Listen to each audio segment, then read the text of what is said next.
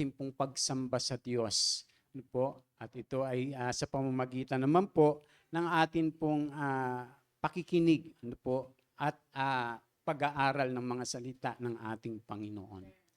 Alam niyo po, sabi ng salita ng Diyos, di ba, na ang pananampalataya ay dumadating lamang sa pamamagitan ng pakikinig at pakikinig ng salita ng Diyos. No? Kaya po kasi tayo naririto at nanampalataya sa Panginoon dahil nakapakinig tayo. At siyempre, lumalago din yung ating pananampalataya sa pamamagitan din naman ng pakikinig at pakikinig ng salita ng Diyos. Kaya hindi po pwede talaga na basta tayo po ay nanampalataya lamang. Kinakailangan po ay lumago po tayo sa ating pananampalataya. At siyempre, yung pananampalataya pong iyon, napapatunayan na lumalago po tayo kung nahayag po yun sa atin pong mga buhay. Yun po yung ebidensya, na yung ating pananampalataya ay tunay, mga kapatid. Hindi ito yung yung basta't sinasambit lamang ng ating mga bibig. At ang atin pong tatalakayin po ngayon ay tungkol pa rin po sa pananampalataya. Natatandaan niyo po ba yung ating tinalakay nung nakaraan? Ano po yun? Tanging sa pananampalataya lamang. So, siyempre, yung kaligtasan po ay tanging sa pananampalataya lamang. Tanging sa pakikipag-isa lamang sa ating Panginoong Yesus, tanging sa pagbabalik loob lang natin sa ating Panginoong Hesukristo. Kasi po yung pananampalataya, ay pag pinag-uusapan yan, pag sinabi pong pananampalataya sa Biblia, ito yung mga taong nakipag-isa at nagbalik loob sa ating Panginoong Hesukristo. Yun po yung yung mga terminolohiya na ginagamit. Yung pagsisisi at pagpapabautismo, pakikipag-isa, or pananampalataya sa ating Panginoong Hesukristo.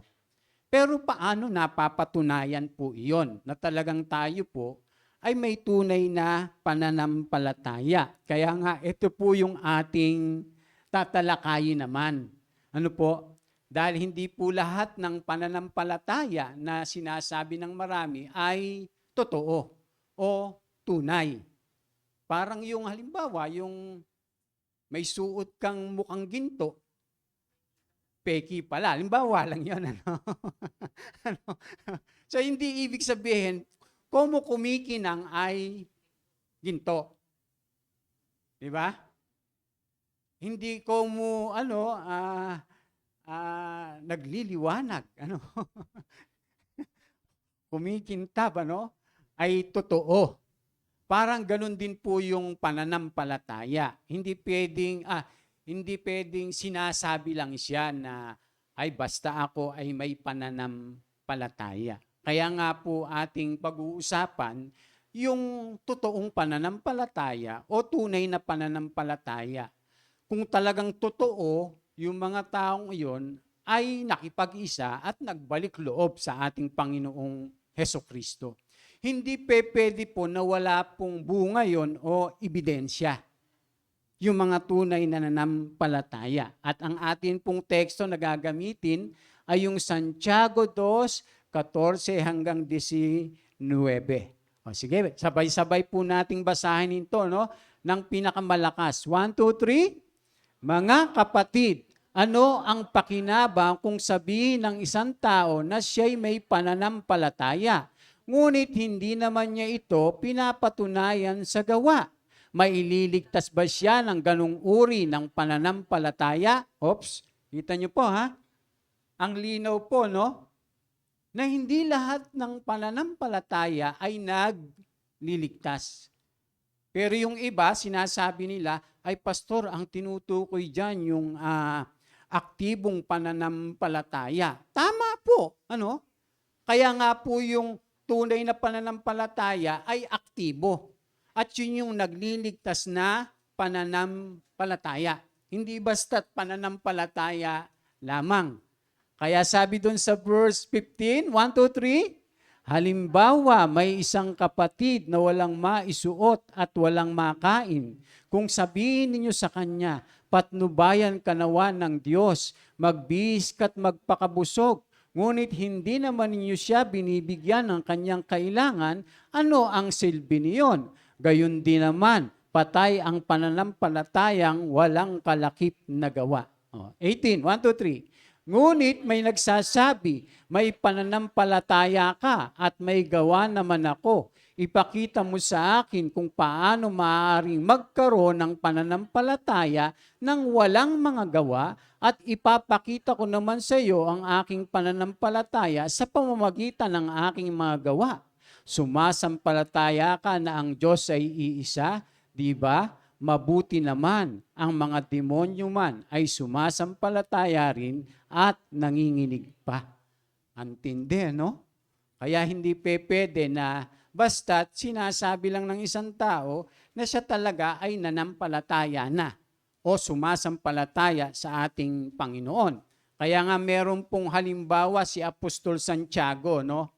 Nang ibig sabihin ng totoong pananalig.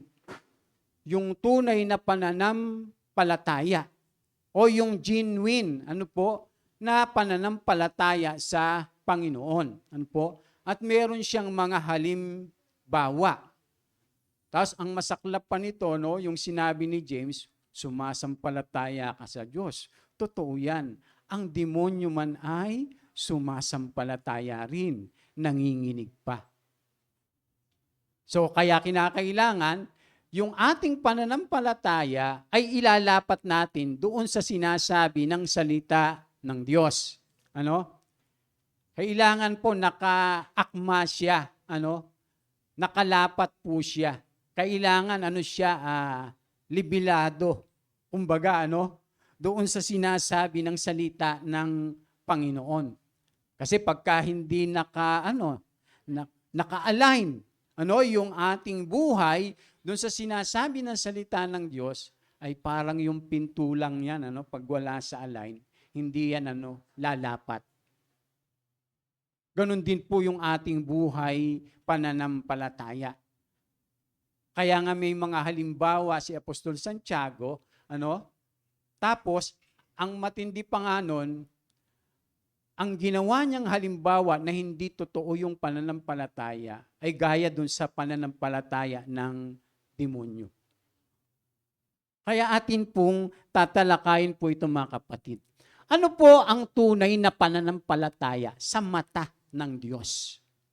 Sa paningin ng Diyos, ano po yung tunay na pananampalataya? Una, ang tunay na pananampalataya ay ang pagsasagawa ng ating pinaniniwalaan. Kaya pagkahalimbawa, di ba, meron tayong tinatawag na na statement of faith. Yung ating mga pinaniniwalaan, na mga aral at mga turo. At syempre, gayon din naman, yung mga sinasabi mismo ng salita ng Diyos. So, dapat, atin pong isinasagawa. Atin pong ipinapamuhay. Kasi nga po, naniniwala tayo doon sa mga aral, sa mga turo, sa mga utos, ng ating Panginoon. Na iyon po ay dapat lamang na atin pong ipinapamuhay. Kaya dapat nahayag yan, Sabi nga po rito, ang tunay na pananampalataya ay laging nagbubunga na mga gawang maka-Diyos. Ang tunay na pananampalataya, tandaan po natin, ay nagbubunga ng mga gawang maka-Diyos. Kaya pagkahalimbawa, sinasabi mo, nananampalataya ka sa Panginoon, tapos iba yung mga ginagawa mo, doon sa sinasabi ng salita ng Diyos, ay, naku mga kapatid, ay mukhang hindi tayo sumusunod saan? Sa salita ng Diyos, pagka ganon. Ano pa po sabi diyan? Isang kalinlangan ng isang Kristiyanong nagsasabing siya ay nananampalataya, subalit hindi naman kumikilos ayon sa kanyang ipinapahayag. Masahol palalo kung lumalakad siya ng salungat dito. Ay mas masahol po 'yun. Ano? Pagka sinasabi natin na tayo nananampalataya o mananampalataya, tapos salungat po yung ating mga ginagawa, doon sa sinasabi ng Diyos, sa sinasabi ng salita ng Diyos, ay mas malala po yun. Pero sinasabi mo, mananampalataya ka. Hindi po pwede yun, mga kapatid. Kaya tinan niyo po yung sabi ng, ating Panginoon, ni Juan sabi, ang nagsasabing nakikilala ko siya, ang Diyos, ngunit hindi tumutupad sa kanyang mga utos, ay sinungaling. Sabi pong gano'n. Ang nagsasabing nakikilala ko siya, sabi ni Apostol Pablo, ngunit hindi naman sumusunod sa mga utos niya, ay sinungaling. Alam niyo po, meron pong mga turo na yun daw pagsunod sa Diyos ay hindi na nakakaapekto sa atin pong kaligtasan. Ay, mga kapatid, kalinlangan po yun. Kasi nga, itinuturo ng iba na basta't nanampalataya ka na sa Panginoon. Sapagkat sabi ng Biblia, by faith. Sasabihin ganon, by grace. Mga kapatid, mukhang tama naman siya sa biglang tingin na kailangan nating manampalataya at yan po ay biyaya ng Diyos. Pero, pinapatunayan at tinuturungan ni James na yung pananampalataya lang, sabing ganon, nang walang pamumuhay at pagsunod, ay hindi totoong pananampalataya. Hindi po totoo yun.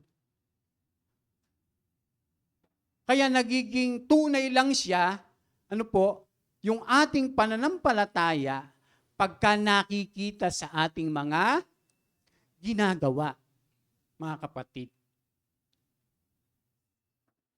Kaya nga nakikita ng mga tao na ikaw ay Kristiyano. Nakikilala ka na Kristiyano ka. Kaya nga magkaiba talaga dapat yung Kristiyano sa hindi Kristiyano. Nila yung madidistinguish nila, o madidetermina nila na ikaw nga ay isang Kristiyano o mananampalataya. Bakit? Magkaiba kayo ng ginagawa. Pero pagka magkaparehas lang kayo ng ginagawa, di ba? Ay mukhang mukhang lalo na pagka namumuhay tayo ng katulad nun, ay mga kapatid, hindi po dapat. Kaya nga sinasabi ng Biblia, tayo mga daw? Yung mga Christian, daw sila? Mga ilaw. Ilaw. Mga ilaw sila. Kailangan ilaw ka. Saan? Sa mga nadirimlan.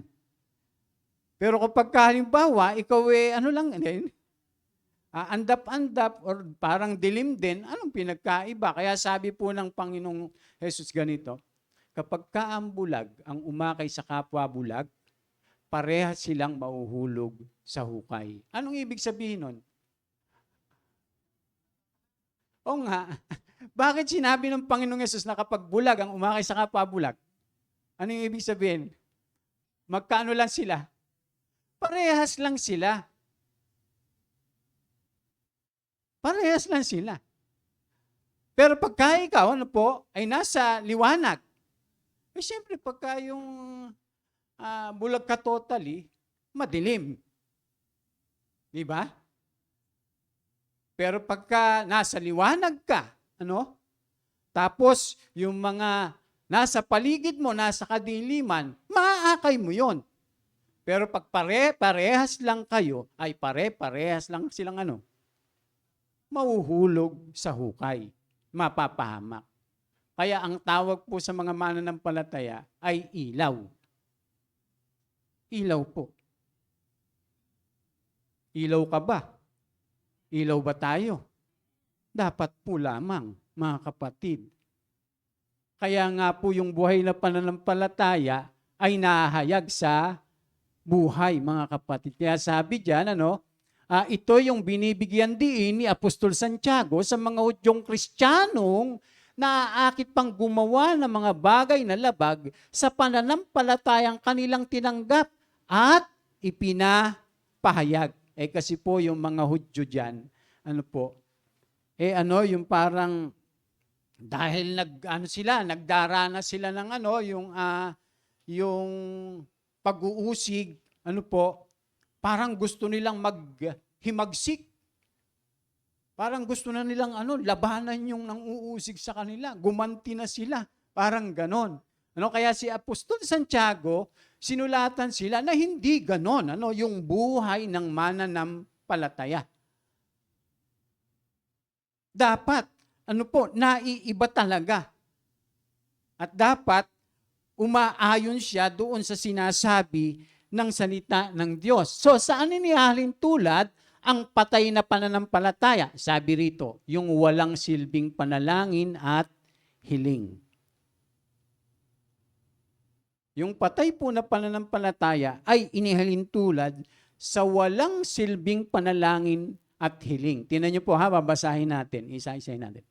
Mga kapatid, ang pakinabang kung sabihin ng isang tao na siya may pananampalataya, ngunit hindi naman niya ito pinapatunayan sa gawa? Maililigtas ba siya ng ganung uri ng pananampalataya? Halimbawa, may isang kapatid na walang maisuot at walang makain.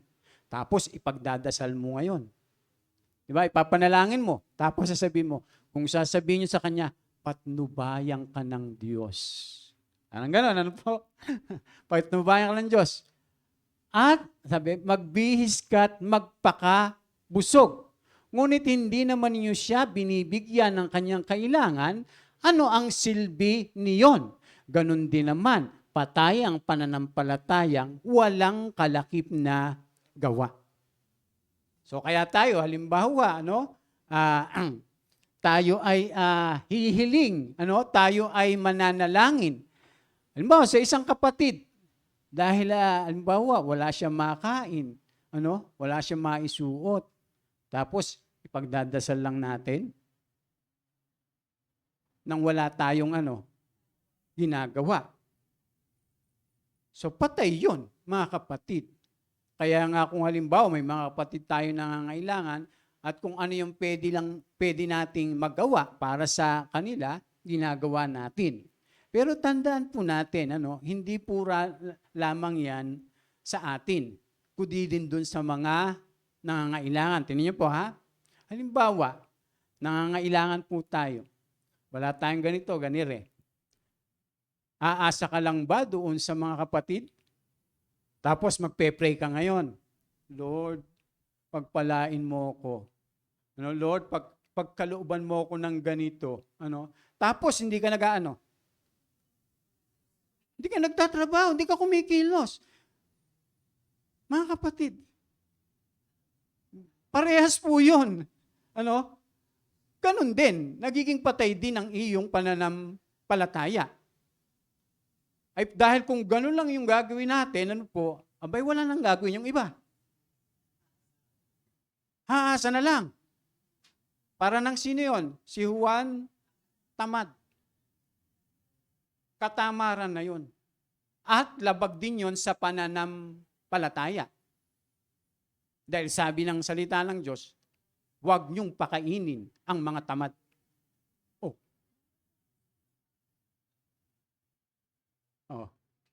May mga sulat po si Apostol Pablong ganon. Na walang, may nabalitaan ako dyan na merong mga kapatid dyan na walang ginawa kundi magmarites lang sa buhay. Tapos dahil walang ginagawa, syempre talagang maano ka. Mangangailangan ka palagi.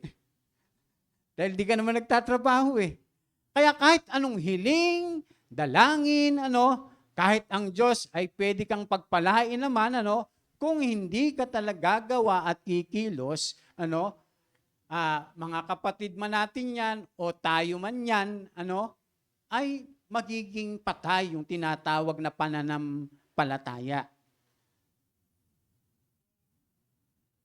Dahil si Juan Tamad, mga kapatid, inaabangan niya pa yung bayabas na malaglag sa kanyang bibig. Samantalang pwede namang akyatin. Meron naman siyang kamay, may paa, meron naman siyang lakas. Alam niyo po, yun nga, pagpapala na sa atin eh. Tama hindi? Opo, dapat appreciate natin yun, Dahil yung iba, mga kapatid, walang paa. Yung iba, walang kamay. Dapat na-appreciate natin yun, mga kapatid. Tapos, yung mga wala nun, nagpe-pray na sila, dapat meron, Lord, bakit po ganun? Wala po akong paa. Ba yung ganun? Lord, bakit po ganun? Wala po akong kamay. Ay mabuti pa si Nick. Si Nick Butchikik. Ay. Kilala niyo po 'yon? 'Di ba? Oh, no arms, no legs, no worry. Sabi niya. Pero ang galing niyang magturo, ang galing niyang mag-swimming. Tapos, ang talino niya, sipag niya, ang dami niyang nagagawa. Nakakapag-drive pa nga ata siya. Kaya pagka halimbawa may pananampalataya tayo sa Diyos, piruin mo yung walang kamay, walang paa, ang daming nagagawa. Paano pa kaya tayo? Amen? Siya nga nabubuhay sa pananampalataya at hayag na hayag sa kanyang buhay at sa kanyang mga ginagawa, nabuhay yung kanyang pananampalataya. Tayo pa kaya, mga kapatid? Amen? Kaya hindi tayo pababayaan ng Diyos eh. Basta't yung pananampalataya natin, tunay. At pagkatunay, buhay. At pagkabuhay, ay aktibo yan. Na pananampalataya. Hindi yung basta na lang, pray ka lang ng pray. Tapos di mo naman inia-apply. Di mo na ginagawa talaga yung mga ipinapanalangin mo.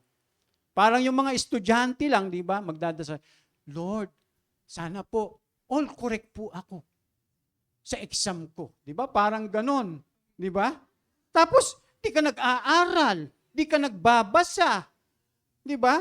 Tapos magpe-pray ka lang na, Lord, bahala ka na, yung kamay ko, hawakan mo, at ituro mo kung saan yung sagot. Anong klaseng pananampalataya yun? Di ba? Eh dapat ang Diyos na lang ang maupo doon sa upuan mo, pagka ganun. Kaya nagiging patay yung pananampalataya pagka hindi sinasamahan talaga ng gawa. Yung lahat iaasa mo sa Diyos, kaya namang gawin talaga ng Diyos yun kung gugustuhin niya eh. Kaya lang, paano niya mapapatunayan na totoo nga at tunay nga yung pananampalataya mo? Kung talagang ikaw sumusunod sa kanyang mga salita o tayo ay sumusunod sa kanyang mga salita, mga kapatid. Kaya, walang silbi po yung panalangin at hiling kapag iyan po ay hindi sinasamahan ng gawa. Mga kapatid. Nagiging tunay lamang yan. Tingnan niyo po. Halimbawa, gusto mong matutong lumangoy. O sino mo marunong dito lumangoy? Yung hindi pa. Tingnan niyo pagkatuturuan ko lang kayo kung paano lumangoy. Yung yung ang tawag doon, yung verbal lang, ay hindi kayo matututo. Mga kapatid. Para matuto kayong lumangoy, anong gagawin niyo? Tumalong kayo sa tubig.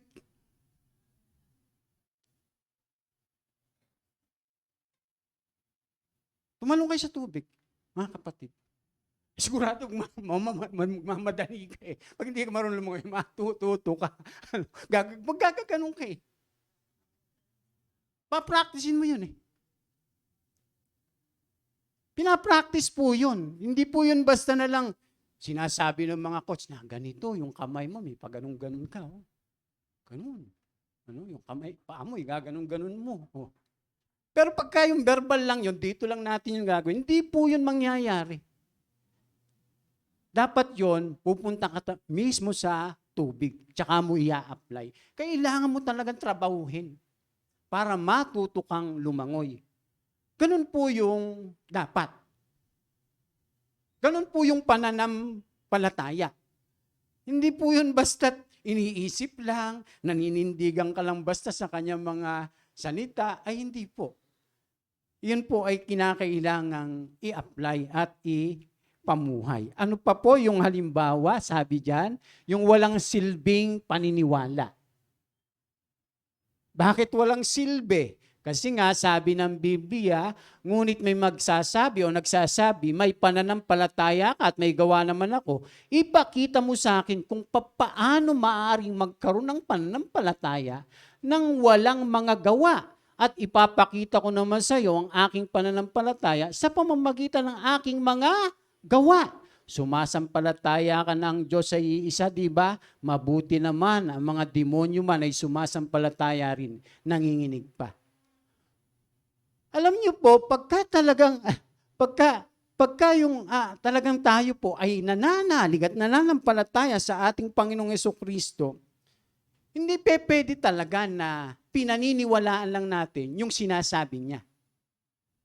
Tingnan niyo po halimbawa si Pedro. 'Di ba nung minsan ang Panginoong Hesus lumalakad sa tubig, tapos nandoon sila sa bangka. Tapos nung makita nila ang Panginoon lalakad sa tubig, medyo parang natakot pa sila Tapos si Pedro, nung makita niya ang Panginoon lumalakad sa tubig, anong sabi po ng Panginoon kay Pedro? Pedro, lumakad ka. Halika, lumakad ka. O, di ba? So si Pedro po ay naman. Sumunod naman. Kita niyo po, di ba nangyari? Nakalakad po siya. Kasi sinabi ng Panginoon. At lumakad naman siya. Kaya lang, nung makita niya yung malakas na hangin, malakas na halon, unti-unti siyang lumubog. Kasi natakot. Pero mapapansin po natin, na kapag sumusunod tayo, ginagawa natin, kung ano yung sinasabi ng Panginoon, mangyayari. Mangyayari po Pero walang mangyayari kung tayo nakaupo. Pag tayo nakikinig lang. Tapos wala tayong ginagawa. Parang yung mga nagpa-practice lang dito, At tinuturuan sila ng paano mga ganun. Paano gaganda boses mo? Alam niyo, totoo naman, di ba? Alam niyo ba na paano gumanda boses? Siyempre, kinakailangan inaano mo yan. Pinapractice mo yan. Tinatrabaho po yan. Hindi yan basta na, Lord, pagandahin mo boses ko. Sasabihin mong ganun. Kasi gusto kong umawit sa iyo. Gusto kong mag-song lead. Gusto kong gawin yung mga bagay na ito. Tapos, ikaw naman, pagka may mga training, may mga gawain dito, may mga discipleship, ayaw mo. Pero meron kang gustong mangyari sa buhay mo. Ay, mga kapatid, ina-acto po lahat yun. Hindi basta na lang mangyayari yun. Amen? Halimbawa, si Marlet. Marlet, anong kurso mo?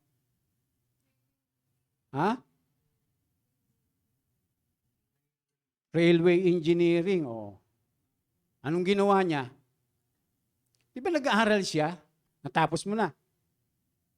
Patapos na. Malapit na siya maging engineer. Kasi nag-aaral siya. Tinalabaho niya Pero kung ipagdadasal mo lang yon, na Lord, gusto kong maging engineer. Pag nagtagal, engineer ang mangyayari sa'yo. Di ba? Lord, gusto kong maging magaling na electrician. Hindi mo naman tinatrabaho. Electrician. Di ba yung gano'n? Lahat po gano'n yung kinakailangan nating Nia-apply po yun. Ginagawa po lahat yun. Tingnan niyo po, yung pong pinaniniwalaan natin na mga salita ng Diyos. Walang silbi po yun kung hindi natin pinapamuhay. Bakit? Kasi yung demonyo man, nananampalataya, tingnan niyo po, ang demonyo, naniniwala siya na si Kristo ay tagapagligtas. Ang demonyo ay naniniwala, nananampalataya na si Kristo yung maghuhukom, sa lahat. Kaya nga minsan nagsasalita ang demonyo, sabi yung ganon, Jesus, naparito ka ba para kami parusahan mo na nang wala pa sa panahon? Alam nila. Tapos tayo, alam din natin yon dahil naririnig natin yon. Nababasa natin yon, napag-aaralan natin yon. Pero pag binabaliwala natin yon, ay mga kapatid, baka wala tayong pinagkaiba dyan. Dahil yung demonyo, hindi yan. Hindi yan sumusunod. Ganun po kasimple yun. Hindi sumusunod ang demonyo sa Diyos. Pero alam niya, at kilala niya ang ating Panginoong Hesukristo. Alam nila yung mga yung kalikasan ng Panginoon, yung katangian ng Panginoon. Alam po nila yan. Mga kapatid, kaya nga inalimbawa, yung demonyo may pananampalataya rin. Kaya kung hindi natin ipinapamuhay yung salita ng Diyos, ay nagiging walang silbing pananampalataya. Amen? Parang mukhang galit niya yata kayo. Ano pa mga kapatid? Kaya, alam niyo po ang ibig sabihin sa salitang Griego nung works, ay ergon.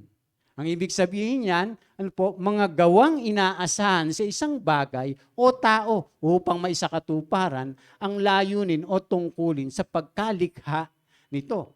Sa larangan ng pananampalataya, ito ay paggawa upang maisakatuparan ang layunin ng pagiging isang Kristiyano. At ito ay ang mabigyang kaluguran ng Diyos na siyang lumikha sa Kanya. Yung salitang work. Ay di ba, yon? Action word yon. Mismo yung salitang work. Action word po yun. Talagang kumikilos yun, gumagalaw po yun. Hindi pwedeng, hindi. Pangalawa mga kapatid, pa? Ano yung mga gawaing inaasahan? Sabi diyan, pagtulong sa nangangailangan, paglilingkod gamit ang mga kakayahan, pagmamahal sa kapwa, pagbibigay ng panahon sa mga kapatiran, paggalang sa magulang. Di ba? Kaya po yung walang galang sa mga magulang,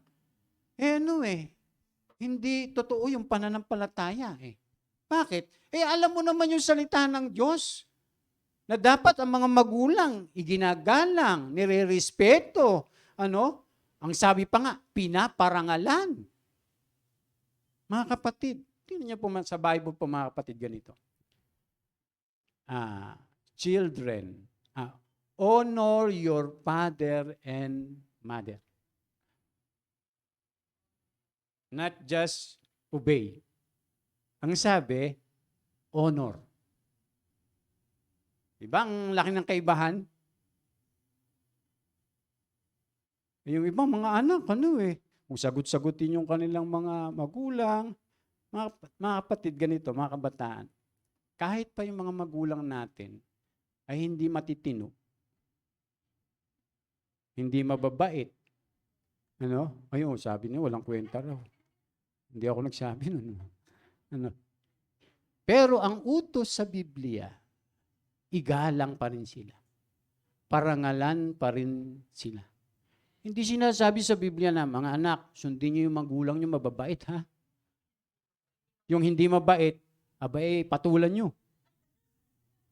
Di ba? Walang ganon. Wala tayong mababasa sa Biblia. Kaya dapat, yung mga anak, tayo,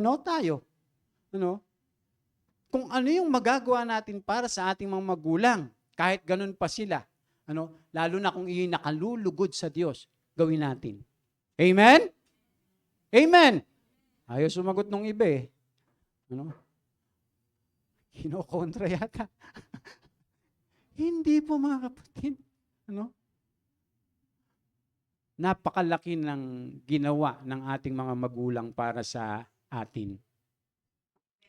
Kung ano ka ngayon, dahil yan sa magulang natin. Dahil yan. Kaya kung ano yung mga parangal na pwede mong ibigay, ibigay mo. Huwag mo lang basta igalang. Yun ng mga bayani eh. Di ba? Pinagtatayo pa ng dokumento. Monumento. Biruin mo yan bilang parangal. Anong gagawin mo ngayon sa magulang mo? Di pagtayo mo lang naman.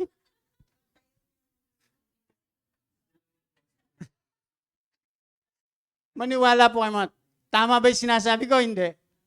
Ay, yun po yung sabi ng salita ng Diyos. Hindi ko sabi yun. Na dapat ang mga magulang pinaparangalan.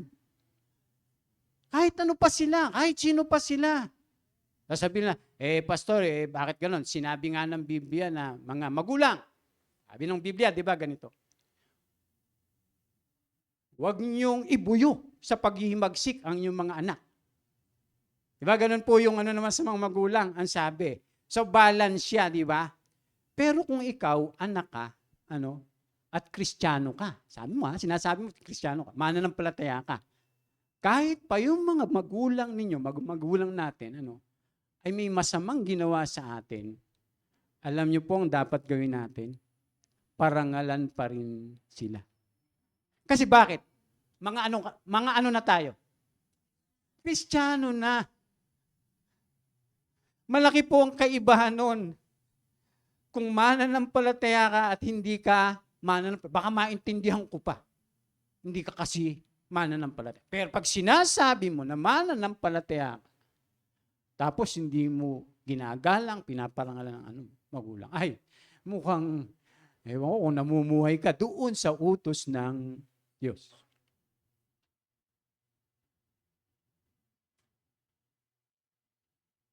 Nasa huling panahon tayo mga kapatid. Yung sabi sa huling panahon, yung mga tao ay magiging kasarili, palalo, mayabang, mapang-alipusta, mukhang salapi, walang galang sa magulang. Ang tinutukoy doon, yung mga hindi mananampalataya. Kasi yung mananampalataya, dapat hindi mukhang salapi, mapagpakumbaba, magalang sa magulang. Yun naman yung kabaliktaran. Dapat, kung tayo'y mananampalataya. Bakit? Kasi nga, pinapakita natin yung ating pananampalataya ay buhay at totoo. Kasi ginagawa natin kung ano yung sinasabi at pinag-uutos ng Panginoon. Amen? Hindi siya paniniwala lamang o pananampalataya lamang katulad ng sa demonyo. Kaya nga po yung pananampalataya, sabing ganyan, ito po, ang proseso ng pagbabago ng mga maninggawi tungo sa pagiging maka-Diyos. Yan yung mga dapat na inaasahan po natin. Amen?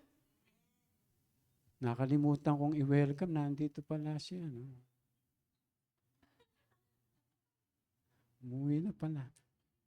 Si Brother JC. Ayan. Welcome, Brother JC. At saka si Kuya, si Brother Noel, na asawa ni Sister Arlene. Welcome back po, sa inyong lahat.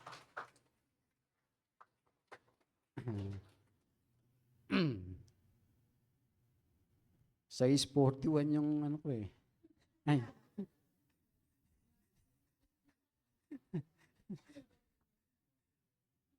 Ano pa po mga kapatid? So ano ba po yung tunay na pananampalataya sa mata ng Diyos? Ang tunay na pananampalataya ay ang pag-aalay ng lahat sa Diyos bilang pagsunod sa kanyang kalooban. So yung totoong pananampalataya pala mga kapatid, ay talagang yung lahat-lahat sa buhay natin ay iniaalay na natin. Kumbaga, hindi na talaga siya atin, kundi kanya na. Kaya yung lahat ng bagay na yun na nasa atin ay ipapagamit natin para, maparangalan natin ang ating Diyos. Tingnan niyo po ha, isa kang hangal, sabing ganon. Nais mo pa bang patunayan ko sa iyo na walang kabunuhan ng pananampalatayang walang kasamang gawa? Hindi ba't ang ating amang si Abraham ay tinuring ng Diyos na matuwid dahil sa kanyang mga gawa nang ihandog niya sa dambana ang anak niyang si Isaac? Sabi pong ganon.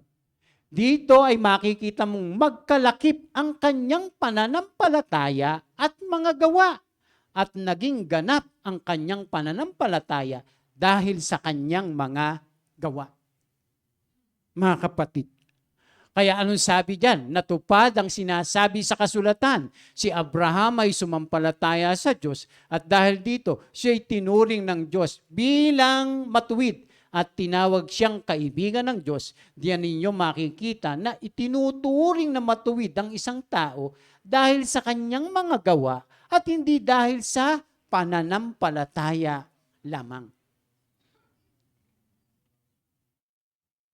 Alam niyo po, naligtas tayo, naligtas tayo, hindi dahil sa ating ginawa. Pero, yung taong nanampalataya, sa ating Panginoon, yung tunay na nanampalataya sa ating Panginoon, dapat nakikita sa ating mga ginagawa. Katulad po ni Abraham. Kaya ginawang halimbawa po si Abraham. Para sa mga Hudyo, si Abraham ang itinuturing na pinakadakilang modelo ng pananampalataya. Kaya nga po yung nananampalataya, katulad ni Abraham, ay ginagawa niya pong lahi. Lahi ni Abraham.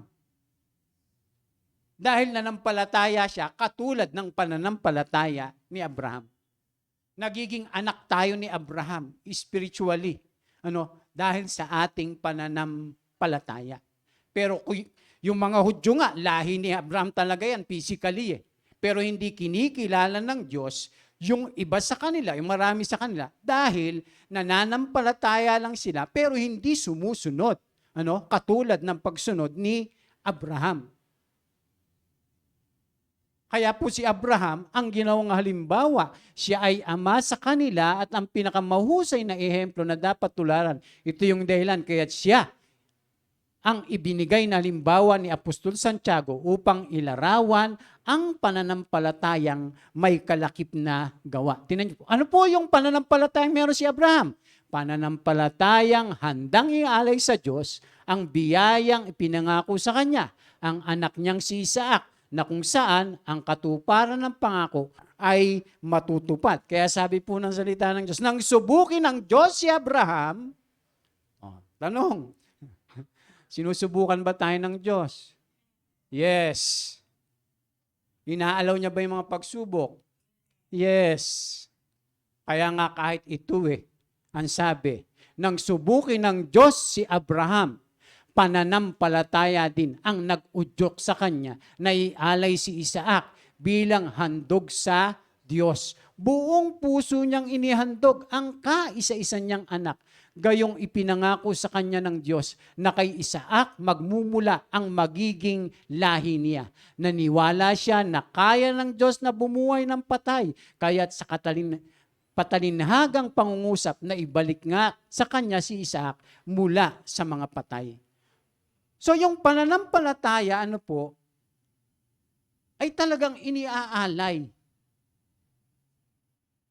o nag-aalay, lalo na nung mga bagay na mahalaga sa ating buhay.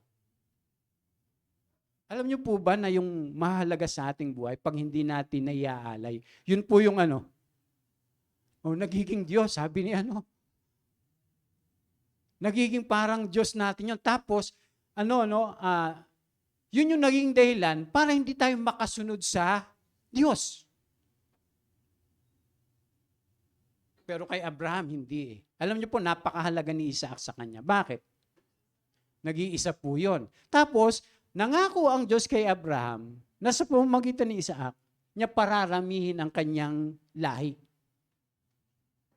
Tapos, ang sabi ng Diyos, ialay mo si Isaac.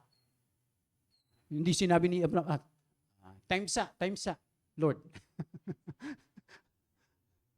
Di ba? Di ba sinabi niyo na kay Isaac manggagaling yung aking magiging lahi. Tapos ngayon, iaalay ko sa inyo. Di ba? Wala tayong mababasang ganon na nagreklamo si Abraham. Wala tayong mababasa. Basta't kung ano yung instruction ng Diyos, kung ano yung utos ng Diyos, kung ano yung sinasabi ng Diyos sa kanya, sinusunod niya lang lahat. Anong ginawa niya? Inialay niya si Isaac. Ay tayo, di ba? Di ba tayo? Merong pinaalayan sa iyo. Merong pinapaalay sa iyo ang Diyos sa buhay mo. Minsan nakikipag ka, buno. Lord, di pwede Lord. Ito na lang po Lord.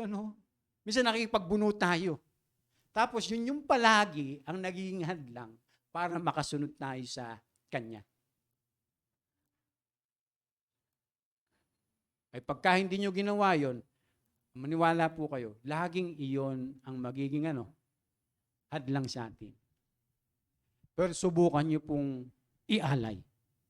Maniwala po kayo, pagpapalain tayo ng Diyos. Bakit? Kasi sumunod ka na sa Kanya. Talagang inano mo na siya. Hinayaan mo nang yung Diyos, ang maging Diyos mo. Hindi yung nag-aano ka pa. Ang tawag dyan, meron ka pang itinatago na parang mga Diyos mo. Dahil doon, yun yung sinusunod mo kaysa sa Kanya. Tama ba sinasabi ko? Hindi.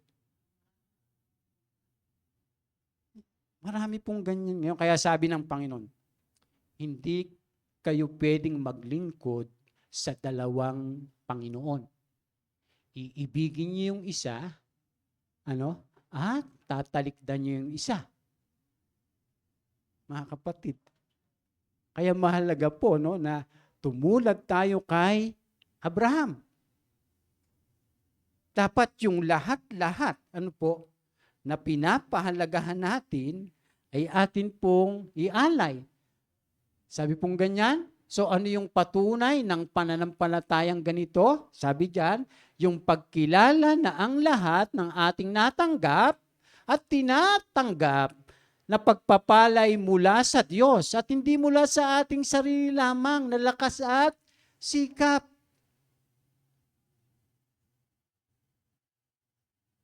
Dapat ating pinasasalamatan ang Diyos sa lahat ng meron tayo, mga kapatid. That kinikilala po natin siya sa lahat ng ating mga natanggap at tinatanggap. Maging lakas man yan, maging talino man yan, maging yaman man yan, maging talento man yan, maging mga kalooban yan, maging mga abilidad man yan. Yan po'y lahat ay galing sa Diyos. Kaya po si Abraham, sa kanya, yung lahat ng bagay,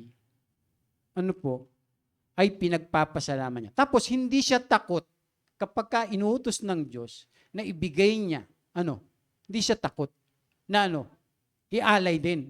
Bakit? Alam niya, nananalig siya na ang Diyos ang nagsabi. At gagawin ng Diyos kung anuman, yung kanyang mga pangako. Kaya si Abraham po ay sumunod. Ano pa?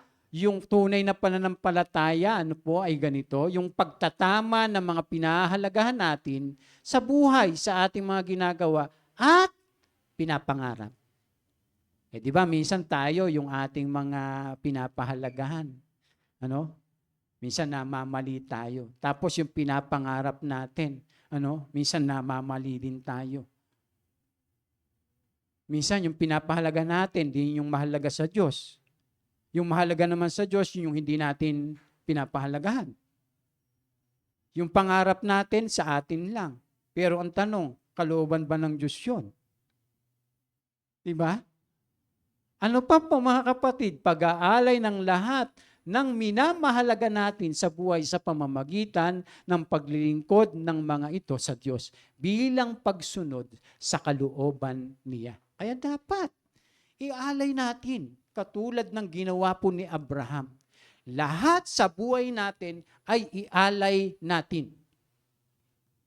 Amen?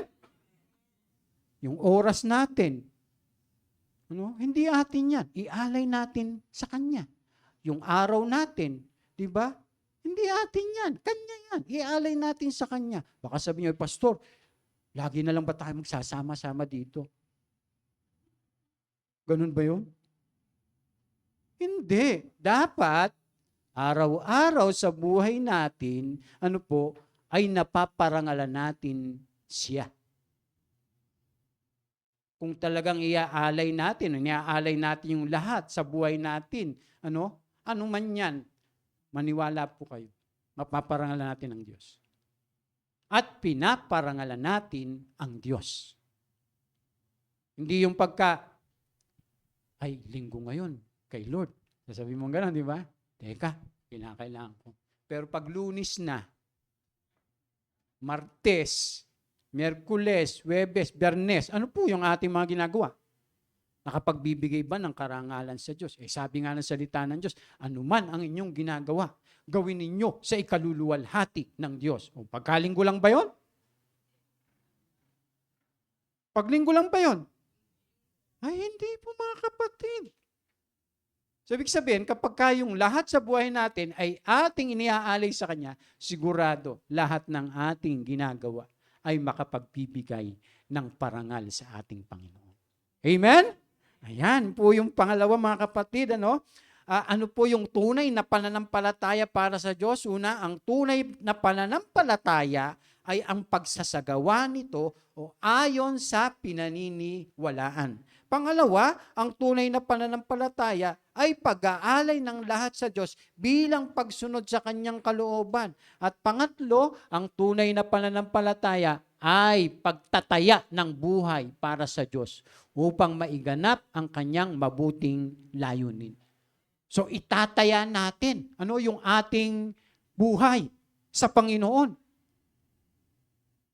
Parang talagang yung iaalay na natin. Actually, yung pag sinabing itataya, kahit minsan malagay saan? Sa alanganin. Sa panganib. Alam niyo po, ang mga apostol, ganun ang ginawa. Itinaya nila yung kanilang buhay. Alang-alang sa Panginoon. Kahit ano pang mangyari sa kanila. Kaya mapapansin niyo po mga kapatid, pag inaral natin yung mga apostol kung paano sila namatay, iba-iba. Diba? Halimbawa, si Pedro, namatay ng ipinako, patiwarik. Opo. Si Pablo, pinugutan ng ulo. Si Apostol Juan, inilubog sa kumukulong langis. Totoo po yung mga sinabi. Pagkain po natin yun. Tinrace po natin kung paano sila namatay.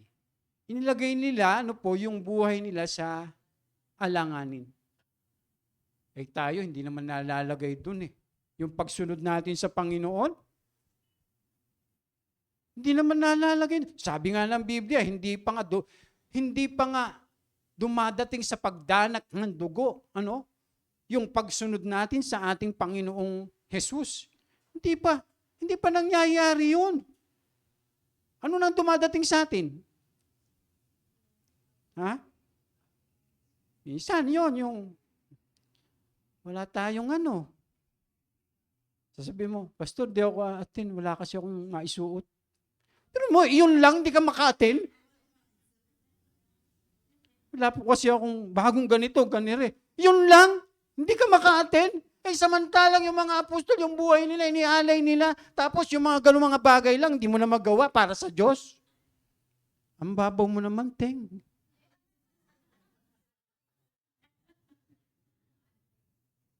Diba? Napakababaw. Pagka ganun, yung pananampalataya natin. Eh si Ate Emily nga, stage 4.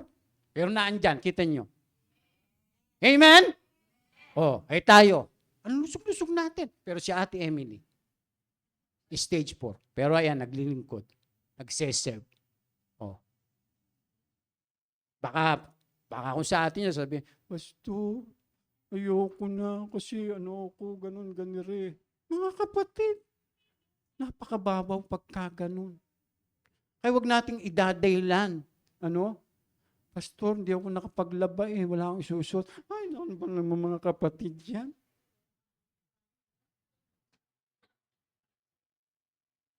Diba? O kaya sasabihin, Pastor, ang dami kong labahin. Hindi ako magsisimba, maglalaba na lang. Ay, naku po mga kapatid.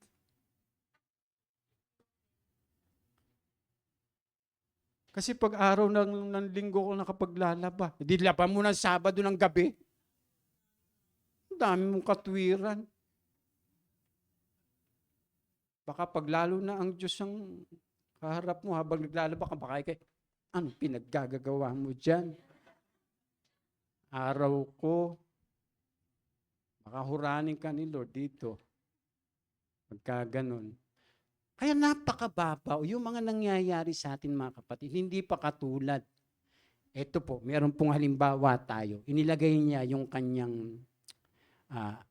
sa alanganin yung kanyang buhay. Alam niyo po, matindi to, no? Kasi naiiba po to. Gayon din si Rahab, ang babaeng nagbebenta ng aliw. Ano siya? Prostitute, ano? Sabing ganun. Pinatuloy niya ang mga espiya ng Israel at tinuro pa sa kanila ang ibang daan upang siya'y makatakas. Dahil sa ginawa niyang iyon, siya'y tinuring na matuwid. Nagkaroon kasi si Rahab, yung prostitute, ng pananampalataya sa Diyos. Dahil sa nababalitaan niyang ginagawa ng Diyos sa Israel.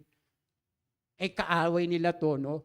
Lalo na yung tinitirahan niya. Ano po? Sabi diyan, ang pangatlong bagay na binibigyan din ni Apostol Santiago ay patungkol sa kalikasan ng pananampalataya na pangkalahatan para sa lahat, maging para kay Rahab na isang prostitute at isang hentil. Siya ay naligtas sa kabila nito dahil sa kanyang pananampalataya, nagbunsod sa kanyang gawin ang tama na naglagay sa kanya sa panganib. Tingnan niyo po babasahin natin. Sino po si Rahab sa Biblia? Sabi diyan, buhat sa kampo ng Sitim, si Joshua o si Josue na anak ni Nun ay nagpadala ng 2 espiya. Siya ay pinagbilinan niya ng ganito, pumunta kayo sa lupain ng Kanaan. Manmanan ninyo ito, lalong-lalo na yung lungsod ng Jericho. Di po ba yung Kanaan, yan po yung lupa na ipinangako ng Diyos sa Israel. Ano po? Na kanila po, na ibibigay sa kanila ng Diyos. Kaya po yung Israel ngayon, yun yung Kanaan dati. Na nakikipagyera naman ngayon, di ba? Yung Israel, ang liit po lang na bansa. Pag tinignan niyo po dun sa pero napakayamang bansa. Yun yung pinangako ng Diyos. Ito yun, hindi pa sila nakakarating dito. Papasukin pa lang nila yung lupain na yun. Ano po? Dito sa kwento na to. Tapos, ang mga nakatira doon, ay yung mga kaaway nga po nila. Kaya sabi diyan, pumunta kayo sa lupain ng Kanaan, manmanan ninyo ito, lalong-lalo ng lungsod ng Jericho. Pumunta nga sila roon at tumuloy sa bahay ni Rahab, isang babaeng nagbebenta ng panandaliang aliw. At doon sila nagpalipas ng gabi. nakaabot sa kaalaman ng hari ng Jericho ang balita na may espiyang Israelita nakapasok sa bayan ng gabing iyon. Kaya't ang hari nagpadala ng sugo kay Rahab at pinasabi, ilabas mo mga lalaking nasa bahay mo na parito ang mga yan upang lihim na magsiyasat sa ating lupain. Sabi pong ganun. Tuloy natin. So, ngunit itinago ni Rahab ang dalawa at pagkatapos ay ganito ang sinagot. Mayroon nga pong mga lalaking nakituloy sa amin, ngunit hindi ko po alam kung taga saan sila. Umalis po sila nang isasara na ang pintuan ng lusod bago kumagat ang dilim. Hindi ko po natanong kung saan sila papunta, ngunit kung hahabulin nyo agad ay aabutan pa ninyo. Sa itaas ng bubong niya pinatago ang dalawang espiya at tinabunan ng mga tangkay ng lino na isinasalansan niya roon. Hinabol nga ng mga tauhan ng hari ang dalawang espiya hanggang sa tawirin ang ilog Jordan. Pagkalabas ng mga humabol, sinara ang pinto ng lungsod. So bago natulog ang mga espiya, umakyat si Rahab sa bubong at sinabi sa kanila, alam kong ibinigay sa inyo ni Yahweh ang lupaing ito. So meron na siyang yung naniniwala na siya, nananampalataya na siya. Sabing ganon. Nabalitaan namin kung paano pinatuyo ni Yahweh ang dagat na pula nang kayo'y tumawid galing Ehipto. Nalaman din namin na pinatay ninyo sina Sihon, Og, mga hari ng mga Amoreo sa silangan ng Jordan at nilipol ang kanilang mga hukbo. Kinalibutan kami nang marinig ang mga balitang iyon. Natakot kaming humarap sa inyo sapagkat si Yahweh na inyong Diyos ay Diyos ng langit at lupa. So nagkaroon na siya ng pananalig, pinapahayag niya na, At ganun po yung kanyang ginawa. Biruin niyo po dahil sa pananalig niyang iyon, ang ginawa niya yung mga espiya, kanyang itinago. Tapos nagkaroon siya ng siguro sa kanya, pagka ako dito papanig, maliligtas ako sa bayan ng Diyos. Kaya ganun po yung ginawa niya. Kahit nalagay sa panganib, yung kanyang buhay. Pero nanalig siya, na siya'y ililigtas ng Diyos. Alam niyo po, nung nilusob nila yan. Yung bahay po ni Rahab, nilagyan nila ng ribbon. Kulay pula po yata yun. Para yung lulusob, sasabihin, meron kayong hindi papatayin doon, Yung merong ribbon na bahay. Kaya lahat po ng mga dyan, nung nilusob na nila yan at saka pinabagsak ng Diyos yung Jericho, di ba? Inikutan lang nila yan. Tapos pinabagsak ng Diyos. Tapos nilusob pa nila. Ang naligtas po, si Rahab. At alam niyo po ang niyan, kwentos, sino ba si Rahab? Siya ay isang babaeng hintil, wala sa ilalim ng tipan na nagkubli sa mga espiya ni Moises at nagligaw sa mga sundalong tumugi sa kanila. Itinuring itong pananampalataya na pinatunayan ng gawa na naglagay sa kanyang sarili sa matinding panganib. Sabi pong gano'n. Siya ay isang prostitute, isang makasalanan na tunay na nanampalataya sa Diyos at dahil dito, naligtas. Ang kagandahang loob ng Diyos ay para sa lahat.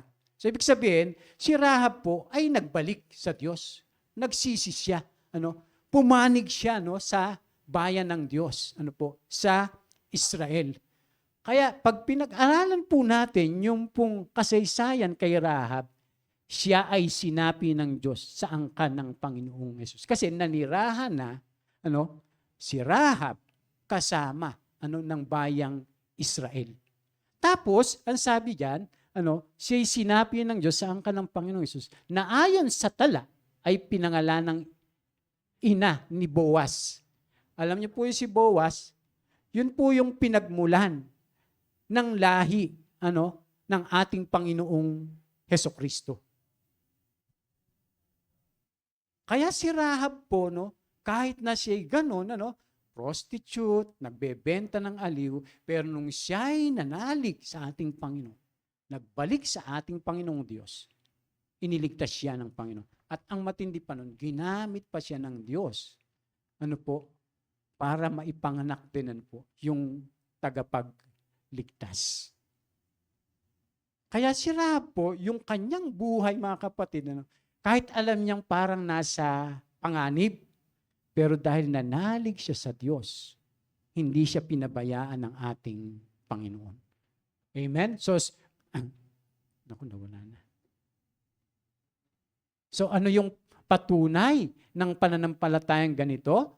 Una, yung pagkilala sa Diyos na pinakamakapangyarihan sa lahat. Ang Diyos na may mabuting layunin sa lahat ng tao. Kung siya'y pipiling, isuko at ipaglingkod ang kanyang buhay hanggang wakas para sa Diyos. Pangalawa, handang magpakumbaba at magpatuwid at isagawa ang pananampalatayang pinaniniwalaan. Pangatlo, handang manindigan sa pinaniniwalaan kahit hindi man ito popular o sang-ayon sa takbo ng sanlibutan. Dapat meron po tayong ganun, paninindigan sa ating mga pananampalataya, sa ating Panginoon. So ano yung tunay na pananampalataya sa mata ng Diyos? Una, ang tunay na pananampalataya ay ang pagsasagawa ng ating pinaniniwalaan. Pangalawa, ang tunay na pananampalataya ay pag-aalay ng lahat sa Diyos bilang pagsunod sa kanyang kalooban. Pangatlo, ang tunay na pananampalataya ay pagtataya ng buhay para sa Diyos upang maiganap ang kanyang mabuting layunin. So ang Apostol Santiago ay sumulat dahil sa hindi wastong pagrereliyon ng mga Hudyo ng mga panahong iyon. Sabi diyan, sila ay nagpapahayag ng kanilang pananampalataya, subalit hindi naman ito nilalakipan ng mga gawang nagpapatunay dito. Sila ay nagpapahayag ng mga mananampalataya sila, ngunit hindi naman sila tumutulong sa mga mahihina at sa mga aba. Sila ay nagpapahayag ng mga mananampalataya sila, ngunit labis ang kanilang galit at napauudyok na makisali sa pag-imagsik na magdadala sa kanila sa kasalanan at pagpatay sa kapwa. So bilang mga mananampalataya ng Panginoong Yesus, tayo ay hinahamon na siya sa ating mabuti ang ating mga sarili kung tayo ba ay gumaganap sa mga bagay na ating pinaniniwalaan. Kung tayo ay nagkukulang sa paggawa at pagganap sa ating pananampalataya, humingi ng tawad at kaagad simulan ang pagbabago. Isa lamang ang pananampalatayang tinutukoy sa kasulatan at ito ay ang pananampalatayang nagbubunsod sa mga gawang pagsunod at gawaing nagbibigay kaluguran sa Diyos. So anumang tinatawag na pananampalatayang hindi hanay dito ay pananampalatayang patay. So tandaan, ang ating pananampalataya o ang kawalan nito ay pinatutunayan ng ating mga ginagawa o di ginagawa sa ating buhay. Amen? Yes.